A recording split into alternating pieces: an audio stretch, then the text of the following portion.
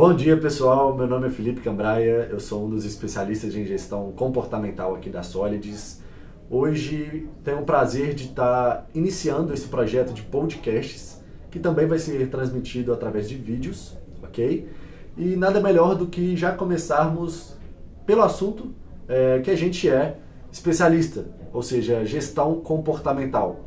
Trouxe de convidados hoje Gustavo Camargos, nosso gestor, nosso coordenador da parte comercial da empresa, e também Isabela Furbino, nossa gerente de contas do sucesso do cliente. Sejam muito bem-vindos. Pessoal, vou já passar a bola aqui para vocês. Começando por você, Isabela, ou para ficar mais informal, Bela. Bela, me conta um pouquinho do seu trabalho, já agregando a gestão comportamental. Explica para o pessoal o que é gestão comportamental. Ok. Bom, obrigada pelo convite, Felipe. É um prazer estar aqui com todos vocês. Espero que a gente tenha uma discussão legal, que agregue bastante. Gestão comportamental nada mais é do que uma nova forma de gerir as pessoas. A gente tem diversos métodos de gestão, mas recentemente a gente tem pensado muito que o comportamento humano ele predetermina e direciona todos os resultados das pessoas nas organizações. Então, dividir e entender o comportamento humano sempre tem sido uma coisa muito relevante para todos os gestores, todas as pessoas mesmo que lidam com o desenvolvimento de pessoas. Então, desde lá, de muito antigamente na Grécia, as pessoas já pensavam muito, já discutiam muito, estudavam muito sobre o comportamento humano. Sócrates era um filósofo que já pensava bastante e a gente já dividia em 4 tipos do comportamento. E esses estudos foram se aprimorando, a gente foi conhecendo um pouquinho mais. Hoje em dia, nós aqui na Solids, como você bem sabe, dividimos em 4 tipos de perfis comportamentais.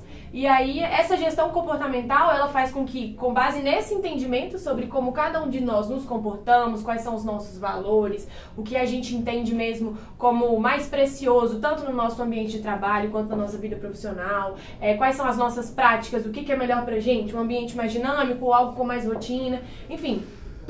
Todo esse entendimento sobre o comportamento nos norteia com relação à divisão de tarefas, tomada de decisão, e aí as coisas se tornam bem mais assertivas, a gente começa a conseguir medir algo que é naturalmente subjetivo, que é o comportamento humano.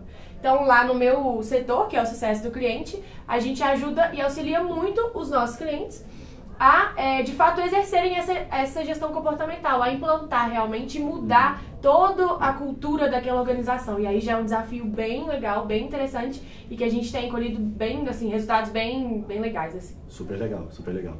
Se a gente fosse pegar uma demanda específica ou a principal demanda dessas pessoas que você atende no sucesso do cliente, né, qual que seria essa principal demanda? Colocar a pessoa certa no lugar certo. A parte do recrutamento e seleção? Com certeza, com certeza. Recrutamento e seleção é uma das coisas que as pessoas mais pedem pra gente. E aí é interessante porque todo mundo sabe, de uma certa forma, o que é recrutamento e seleção, né? Recrutar, trazer, criar currículo, etc. Selecionou, trouxe a pessoa, treinou e tudo mais. Mas quando a gente para pra pensar nesse processo, ele é muito mais extenso, a gente precisa de já ter feito um planejamento prévio bem aprofundado pra se chegar de fato em executar o recrutamento e seleção. Então sempre que se chega essa demanda pra gente no sucesso do cliente, Bela, eu preciso de colocar a pessoa certa no lugar certo, a rotatividade está alta, a produtividade do pessoal não está legal e etc. A gente para e volta lá na cultura daquela empresa. O RH ele precisa de ter essa consciência de entender qual é a cultura, quais são os valores, para conseguir pensar qual é a pessoa certa primeiro para aquela empresa. E aí depois ele tem que ir num olhar mais micro. Quando ele já olha para o cargo especificamente, ele precisa de desencadear mesmo assim, fazer um fluxo de entender quais são cada uma das tarefas daquele cargo. À medida que ele entende isso, ele consegue elencar competências que vão ajudar naquelas tarefas, no desenvolvimento daquelas tarefas, e aí sim, com esse perfil desenhado de comportamento e de técnica também, ele consegue começar a fazer esse recrutamento. Aí no final desse processo ele tem a pessoa certa no lugar certo. Mas não é só criar um currículo, divulgar no LinkedIn e etc. Fazer uma entrevista, uma dinâmica e pronto. Tem muitas coisas antes e a gente precisa de levar todas elas em consideração. Uma construção bem assim, orgânica. Maravilha. E reforçando isso também, o que a Bela falou, a gente pega isso muito no comercial. Às vezes a gente está com um cliente, vem com algum tipo de problema que está... Gustavo, estou com um problema com liderança, com um problema relacionado à produtividade. Na hora que a gente vai entender e fazer um diagnóstico melhor com esse cliente, a gente vai ver que às vezes o problema está lá no processo de recrutamento e seleção. Ele fez o processo de forma errada, vamos colocar assim, com um gap ali. E isso entra muito dentro do que a Cato fez a pesquisa no final de 2016, que a cada 10 demissões das empresas brasileiras, 6 são por comportamento, é onde que entra a gestão comportamental. O que a gente repara muito? A gente contrata muito pelo currículo das pessoas, muito pelo conhecimento técnico delas, e eu demito muito mais pelo comportamento delas no dia a dia. Então o que a gente usa a gestão comportamental na Solids e para os clientes na hora de entender isso, é entender qual é o ponto forte, o que essa pessoa é boa para fazer e colocar ela para fazer aquilo. É mais fácil eu ensinar ela a fazer a parte técnica do que eu tentar mudar um comportamento dela ali no dia a dia. Então eu já consigo identificar isso, faço esse mapeamento para eu colocar ela para fazer o que ela é boa ali. E ela tem que desprender menos energia para entregar esse resultado para a empresa. Então ela se mantém mais engajada e mais motivada aí, por aí também. Maravilha. Maravilha. Pessoal, para quem não sabe, o Gustavo é um dos nossos profissionais aqui da Solids de mais tempo de casa, né, um dos mais experientes. Ele trabalhava na equipe comercial, tá? Era um dos nossos principais consultores, e hoje ele é um coordenador da parte comercial. É o coordenador da parte comercial, perdão. E Gustavo, eu queria até já, aproveitando isso, já te fazer uma pergunta. Como é que foi essa sua mudança da parte ativa, assim, do comercial mesmo, para a parte de coordenação? O que você vê como principal desafio nessa próxima, nesse novo desafio seu? Exatamente. Então, onde que a gente vai então usar essa parte comportamental aí, que foi feito esse mapeamento meu, identificado quais são os pontos fortes e os meus pontos a desenvolver que todo mundo tem. E a partir daí eu tive que desenvolver ao longo do tempo. Mônica, que veio conversar comigo, falou: Gustavo, a gente precisa trabalhar isso para o próximo passo. Então aí eu acho que entra a gestão comportamental até para diminuir o risco a partir daí. É onde que a gente pega vários gaps de clientes nossos também, que às vezes pega um funcionário com 5, 10 anos de casa, promove esse funcionário e a partir daí ele não consegue entregar o resultado que ele entregava com o cargo anterior. Acaba que tem que demitir e contratar outra pessoa para fazer as duas funções ali. Aí começa um círculo vicioso.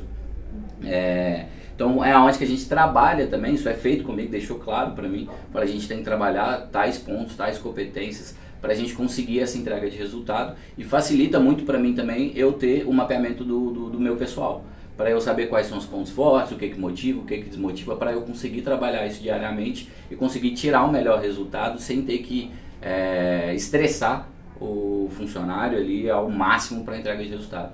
Então tem vários tipos de clientes, isso inclusive facilita na parte estratégica, porque às vezes um determinado vendedor vende melhor para um tipo de cliente, o outro vende para outro tipo de cliente. Então para a gente achar esse padrão, eu consigo usar essa gestão comportamental para se trabalhar isso no dia a dia. Maravilha, já vou emendar então duas perguntas para você, que são as seguintes. Quais são as principais competências que você teve que desenvolver para chegar nesse cargo de coordenação? E quais são as competências que o seu time está precisando desenvolver, que você está trabalhando ultimamente? Isso é muito maleável, sabe, Camaraia? Porque eu dependo muito do momento, depende muito do cliente que a gente estiver trabalhando. Então, o que é legal, às vezes quando o cliente já aparece para a gente com um profiler feito, eu consigo saber qual que é o perfil dele, para eu saber qual que é o tipo de consultoria que eu vou fazer com ele. Então, se é o tipo de perfil que é analista, eu vou usar mais números com eles, que ele se atenta mais a isso. Certo. Se ele é mais executor, ele não quer saber de assertividade, ele quer saber de inovação, o que ele vai ganhar a partir dali. Então, isso a gente trabalha de acordo com o cliente. Então, a partir daí, o próprio vendedor ele consegue fazer esse mapeamento, identificar isso, para ele saber qual o tipo de venda que ele vai fazer, qual o tipo de atendimento que ele faz para determinado perfil. Então a ideia é trabalhar isso com ele, para ele alinhar o discurso dele através do que o cliente dele quer saber, como que esse cliente dele precisa desse apoio, como que ele quer a informação. Então a partir daí ele usa o discurso, ele usa toda a parte de vendas através do perfil comportamental do próprio cliente. Maravilha, maravilha. Pessoal, aqui a gente já está entendendo um pouco mais da gestão comportamental, propriamente falando. Quero fazer uma pergunta para vocês dois, vou deixar no ar para você também que está nos assistindo, para refletir sobre isso. Você que é gerente de RH, analista de RH, que é gestor de pessoas, dono de empresa, fica essa reflexão também. Como que a gestão comportamental impacta no RH e até mesmo na empresa no geral? Então, com relação à minha vivência, quanto aos nossos clientes e até a nossa vivência aqui na Solids, como o Gustavo bem pontuou, a mudança no RH, ela é muito brusca e ela é, assim, radical quando a gente pensa na assertividade das propostas do RH. Quando o RH tem em mãos dados sobre os colaboradores deles, quando isso que aconteceu com o Gustavo acontece dentro de outras empresas, ou seja, quando a gente pensa estrategicamente quais as competências eu tenho de um colaborador, quais são as que eu preciso de desenvolver e o que eu vou percorrer nesse meio, como foi feito com ele, a gente tem uma efetividade, que é o que a gente está colhendo hoje.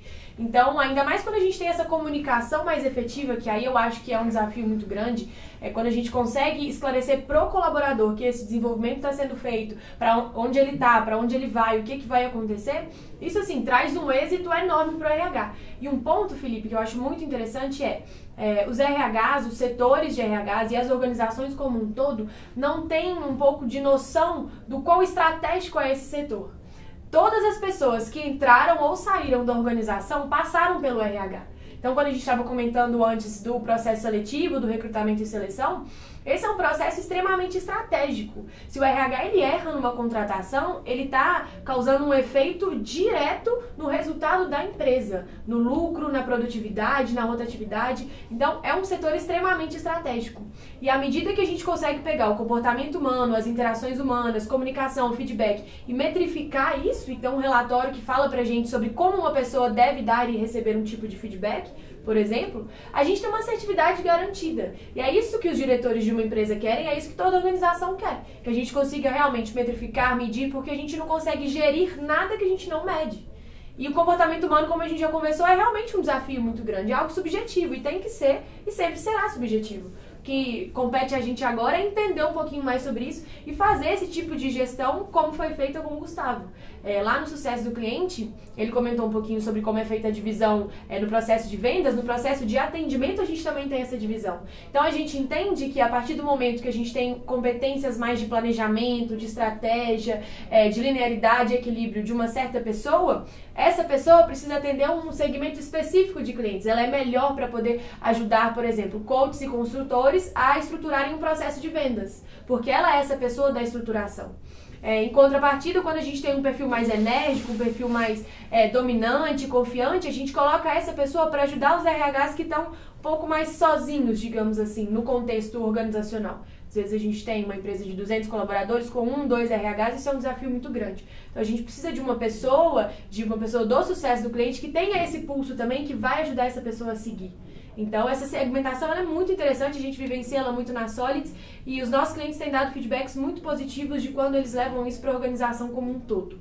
Quando você pergunta da empresa, esse é um impacto que a gente precisa de mensurar cada vez mais também, porque a partir do momento que eu tenho o meu perfil comportamental e você tem o seu, e eu entendo que ele é diferente ou igual, não importa, mas eu entendo como eu preciso me comportar e principalmente me comunicar com você, a gente já consegue uma fluidez assim, ímpar, sem nenhuma comparação, sabe? Então, é um impacto sobre a comunicação, sobre os feedbacks e os relacionamentos como um todo, que é excelente para a organização. Sem falar na estratégia mesmo, né? Quando você constrói uma estratégia de gestão de pessoas, você já tem aí metade do seu passo para o sucesso desenhado mesmo. Você já está determinado que muito provavelmente os resultados que você vai ter vão ser muito mais prósperos do que sem essa estratégia.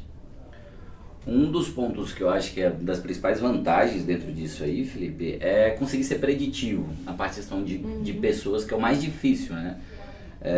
Você conseguir identificar o perfil da pessoa, saber quais são os pontos fortes, os pontos a desenvolver, e quando você consegue mapear, fazer a engenharia de cargo dentro do sistema, então eu preciso dessas competências, eu consigo comparar o que essa pessoa me entrega, eu sei qual que é o quanto de energia ela vai precisar desprender para a entrega de resultado.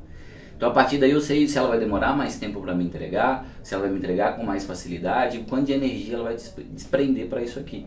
E a partir daí eu consigo traçar, olha, essa pessoa aqui está muito dentro do que eu preciso, então que é a parte técnica, vou pegar a parte técnica com ela mais pesada para ela me entregar esse resultado de forma mais rápida. Ou se eu coloco uma pessoa no processo de recrutamento e seleção com esse gap maior, às vezes ela tem um conhecimento técnico mais alto, mas a parte comportamental que eu preciso para dentro da cultura da Solids, para dentro da cultura do meu cliente também, que isso interfere. Então, isso eu consigo prever qual que vai ser a entrega de resultado para mim. Então, a partir daí eu consigo mapear e fazendo um cruzamento, vamos colocar assim, para minha entrega de resultado, para eu conseguir ser estratégico de uma forma onde eu não deixe a minha do setor, na verdade, eu não deixo a entrega de resultado cair a partir daí. E eu tenho várias pessoas com vários perfis comportamentais. E não tem perfil melhor do que o outro. Eu consigo trabalhar de forma, esse aqui é melhor para isso e esse aqui é melhor para esse. E a partir daí eu trabalhar e ir indo, melhorando a minha forma de entrega de resultado, sem ter que estressar as pessoas ao extremo para fazer isso. Que é onde que entra um gap muito grande dentro do comercial, no geral. Isso acontece muito com os clientes que a gente conversa também. Porque nessa parte do comercial, como a pressão às vezes é muito grande, a cobrança para a entrega de resultado é muito grande, às vezes você começa por absenteísmo, produtividade começa a baixar, você vê isso que do processo de recrutamento e seleção está todo errado. Porque às vezes a pessoa está ali aceitando qualquer coisa, ela vai, o RH vai e coloca ela para fazer isso, ela não vai entregar, você demorou 3 meses para treinar essa pessoa, ela está saindo, você vai ter que contratar de novo, treinar outra pessoa para ver se vai dar certo. Então a partir daí você consegue ser preditivo e ver se essa pessoa vai mesmo encaixar dentro do que você precisa para entrega de resultado. A gente trabalhando, né, no dia a dia, a gente vê que os RHs muitas vezes têm esse desafio também de conseguir escalar as suas dores, as suas demandas, os seus pontos de melhoria para os donos da empresa, para os diretores, para os coordenadores, enfim, né? Como é que vocês veem esse lado do RH e como é que você, se fosse para dar uma dica para essas pessoas para tentar escalar essas dores, esses desafios, pensando no bem da empresa, tá? Como é que você faria isso? Então, eu acho que o gap maior disso, Felipe, é porque o RH não mensura praticamente nada. Então fica muito difícil para você escalar qualquer dor, qualquer alguma gap dentro do seu processo, você não tem números para apresentar para a diretoria. Então acho que o RH hoje mudou muito, de 4, 5 anos para trás, hoje o pessoal mensura mais, mas ainda esse gap eu enxergo que é o maior gap dentro dos processos de RH. Porque eu não tenho mensurado o que eu estou fazendo e aonde que eu quero chegar para entregar isso. E qual que é o planejamento para se entregar isso. Então fica difícil para a apresentação do RH para a diretoria, esse planejamento, porque não mensura, eu não sei qual que é a minha rotatividade, eu não sei qual que é a minha produtividade, e eu não sei se está alta, média ou baixa para saber o que eu tenho que fazer para aumentar. Então não se mensura para a gente identificar onde está o gap a partir daí. Então minha dica é começar a mensurar, a gente precisa identificar o que está dando certo, lógico que tem coisas dando certo, mas beleza, está dando certo, o que a gente pode melhorar para dar mais certo? Ou o que está errado dentro do processo para a gente conseguir consertar e ser mais assertivo na tomada de decisão, para a gente conseguir uma entrega de produtividade maior ou diminuir a rotatividade, que é o maior gargalo hoje dentro das empresas brasileiras. Aprendi uma coisa com você, Gustavo, que foi o seguinte, e aí eu vou passar a fala para a Bela, para ela ver se concorda, agregar, enfim. Foi o seguinte, hoje a gente vê nos RHs que a gente conversa, nos donos de empresa, que a gente tem um ciclo vicioso, assim, um ciclo horrível que acontece dentro das empresas, que começa pelo recrutamento incorreto, né? Essa pessoa é muitas vezes contratada só pelo currículo, né? Como o Gustavo falou, entra na empresa de uma forma totalmente equivocada e isso vai gerar um mau engajamento, uma má comunicação, consequentemente um absenteísmo, tá? Esse absenteísmo, o que vai significar? A pessoa, às vezes, muitas vezes, preferindo pegar um atestado ou até mesmo fazendo só número na empresa, tá? Isso, consequentemente, vai abaixar a produtividade da empresa e, consequentemente, ainda a empresa vai perder mais custos por causa da rotatividade. Como é que você tem essa visão por parte do acompanhamento do cliente? Então, os nossos clientes, quando a gente pensa no RH, eles têm inúmeras demandas. E a gente, quando percebe o convívio organizacional, a gente entende, como o Gustavo falou, que se a gente já tem esse cenário de um não planejamento, já existe isso, já existe esse absenteísmo, a gente já convive com contratações erradas. Então, às vezes, por exemplo, 2 colaboradores são desligados. E aí o RH, de repente, tem uma demanda de 2 pessoas que ele precisa de trazer o mais rápido possível. Então, nesse imediatismo todo, ele coloca os pés pelas mãos e aí ele faz o planejamento dele ali conforme for melhor pra ele, conforme for, assim, condizente com os recursos que ele tem. Então, ele acaba fazendo uma coisa não assertiva. E aí ele volta e esse ciclo é alimentado o tempo inteiro. Só que isso a gente tá falando de um processo só do RH. Se a gente considera pesquisa de clima, avaliação de desempenho, todas as questões de folha que muitas vezes estão com o RH também, às vezes as pessoas não têm um DP separado para poder fazer isso. tudo que pega ali o setor de RH, comunicação, feedback, conflito, desenvolvimento de liderança, então são muitas demandas. Então, realmente, o RH nesse momento, ele acaba até contribuindo diretamente ou não para a alimentação desse ciclo. Ele acaba não parando e pensando estrategicamente naquele recrutamento para poder prevenir mesmo esse absenteísmo e prevenir uma baixa produtividade e acabar com esse ciclo. A minha dica, o meu entendimento como pessoa do sucesso do cliente para esse cenário não responda a imediações, não responda a algo que caiu no seu colo, algo que é mais urgente. Comece a planejar, comece a criar estruturas para cada processo do seu RH.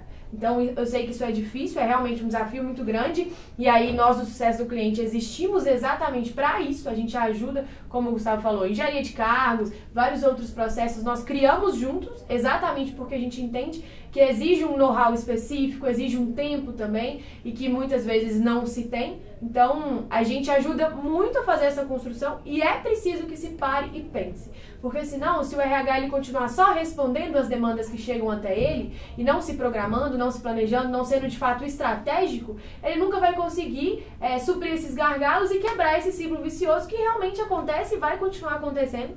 E assim, acho que outro ponto também, Felipe, além do RH, a empresa inteira precisa ter consciência disso. Porque lá no comercial, por exemplo, quando vocês falam desse ciclo de um absenteísmo, etc., o Gustavo precisa estar ciente disso como coordenador, a líder do comercial precisa estar ciente disso como líder e todos os colaboradores que estão ali naquele setor precisam de estar alimentando aquela cultura de um jeito positivo. E aí a gente sobe para além desses líderes os diretores. Então toda a empresa tem que estar fomentando uma cultura legal, algo que realmente se preocupe com a qualidade de vida do trabalhador, sabe? Daquela pessoa ali naquele ambiente. Porque aí, esse valor que inicialmente é do RH, esse objetivo, esse propósito que inicialmente é do setor de recursos humanos, de cuidar do desenvolvimento das pessoas, prezar para que elas estejam no lugar certo, fazendo as tarefas certas, etc., ele já passa a ser uma cultura e aí já fica muito mais fácil para o RH, porque ele já tem essa capilaridade, ele já consegue atuar. O ideal para o setor de recursos humanos é que ele tenha um braço em cada setor, que cada setor realmente entenda isso. E aí esse desafio ele vai ser o mais atenuado, entende? Aí ele começa a entender e dividir cada tarefa, conseguir se planejar, e aí as coisas fluem mais. Bom, maravilha. Gosto muito quando você fala, que fica muito claro. Agora eu queria assim, pegar uma parte prática de ambos os lados, né? Um case de sucesso. Se vocês me pudessem contar o maior case de sucesso de vocês, assim, enquanto Customer Success, né, sucesso do cliente, como parte comercial, qual seria esse case para o pessoal que está assistindo a gente? Então, tem vários, eu acho que a Bela pode falar muito dos clientes, mas eu vou dar então o da Solids, que eu acho que é o que a gente vive aqui mais, que foi que a gente vive aqui, né, que foi o que trouxe a gente a crescer em torno de 200%, a parte de gestão usando gestão comportamental, foi exatamente a partir do processo de recrutamento sendo feito de uma forma, através da engenharia de cargo, a gente conseguir traçar quem são as pessoas que entregavam mais resultado, achar esse padrão foi muito importante, porque antes era muito em cima de parte técnica mesmo, se a pessoa era formada, se ela falava inglês, falava espanhol, e a gente viu que não existia um padrão para isso. Então a partir daí a gente foi enxergar o padrão na parte comportamental. Para alguma entrega de resultado, um tipo de vendedor com perfil tal vende melhor para esse cliente, ele tem às vezes um discurso, uma tratativa melhor com um tipo de cliente, e o outro vendedor com outro tipo de perfil comportamental, ele conseguia trabalhar um cliente melhor. Foi o que a Bela falou, às vezes que acontece no sucesso do cliente, acontece no comercial também. Porque ele tem um discurso, ele tem o perfil comportamental dele que casa geralmente com o cliente que ele está falando ali. E a partir daí ele conseguir entender melhor, ele se especializar ali a partir disso, com esse cliente e entender melhor qual que é a realidade dele, para entregar a melhor solução. Também não adianta a gente colocar no modelo de vendas antigo, que era o vendedor empurrando ali uma solução, na verdade um produto, né, e não uma solução. E a gente trabalhar isso, identificar isso, junto com o vendedor e o cliente para entrega de resultado, para o próprio sucesso conseguir fazer com que a ferramenta entregue o resultado, toda a solução entregue o resultado e esse cliente fica mais tempo com a gente. Então foi a partir utilizando e achando esse padrão para a gente conseguir crescer 200% ao ano que a gente está fazendo aí nos 3 últimos anos. Maravilha. Bom, o meu exemplo, então, de um cliente nosso, né, um grande cliente, inclusive, é a Vale. Como o Gustavo muito bem pontuou, a Vale conseguiu fazer uma análise preditiva, uma análise de riscos fantástica. Eles mapearam todos os colaboradores dele, então eles entenderam qual era o perfil comportamental de cada um deles. E aí, com base nisso e nas análises dos índices que tem dentro do nosso sistema, eles conseguiram fazer essa análise preditiva do seguinte sentido: a gerente de riscos dele olhava para o profiler, entendia aqueles dados, todos aqueles resultados e conseguia mensurar se a energia de um colaborador tivesse baixa, junto com o índice de aproveitamento também baixo, a chance dessa pessoa correr algum risco, sofrer algum risco, dela se desmotivar, da produtividade cair, era X. Então ela elencou todos os riscos e fez essa conexão junto com os índices, e a partir dali ela conseguia ter essa predição dos riscos acontecerem ou não. E houveram alguns índices, alguns riscos que ela baixou, a gestora de lá baixou de 53 para 3, se eu não me engano. Então é uma queda muito brusca, muito legal. Sensacional. E para uma empresa desse tamanho, que tem essa relevância, com certeza impactou em excelentes resultados. Então hoje, quando ela pega um resultado de um colaborador após o mapeamento, ela consegue olhar se ela precisa de tirar ele, deixar alguns dias fora de determinada função, enfim. Ela consegue entender o que precisa de ser feito naquele cenário exatamente para que tal risco não aconteça. Então, assim, a gente fala que essa é a análise preditiva dos sonhos e que a gente sempre trabalha muito para poder conseguir. Esse é um caso muito, muito bacana, que a pessoa até, assim, extrapolou o básico que a gente pensa de desenvolvimento de competências, por exemplo. A gente não está nem falando só disso. A gente já está falando de uma análise de riscos. Não foi nenhuma pessoa especificamente do RH que usou apenas. O RH estava usando para desenvolvimento, mas a gerente de riscos utilizou para isso também. Então foi muito legal. Maravilha, maravilha. Bom, pessoal, chegamos então ao final desse primeiro podcast. Foi um prazer receber o Gustavo e a Isabela aqui com a gente nesse primeiro de muitos.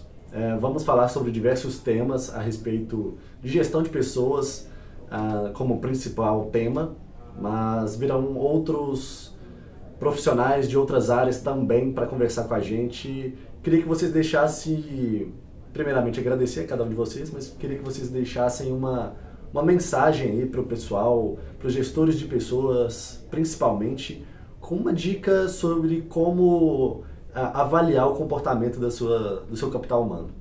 Ok.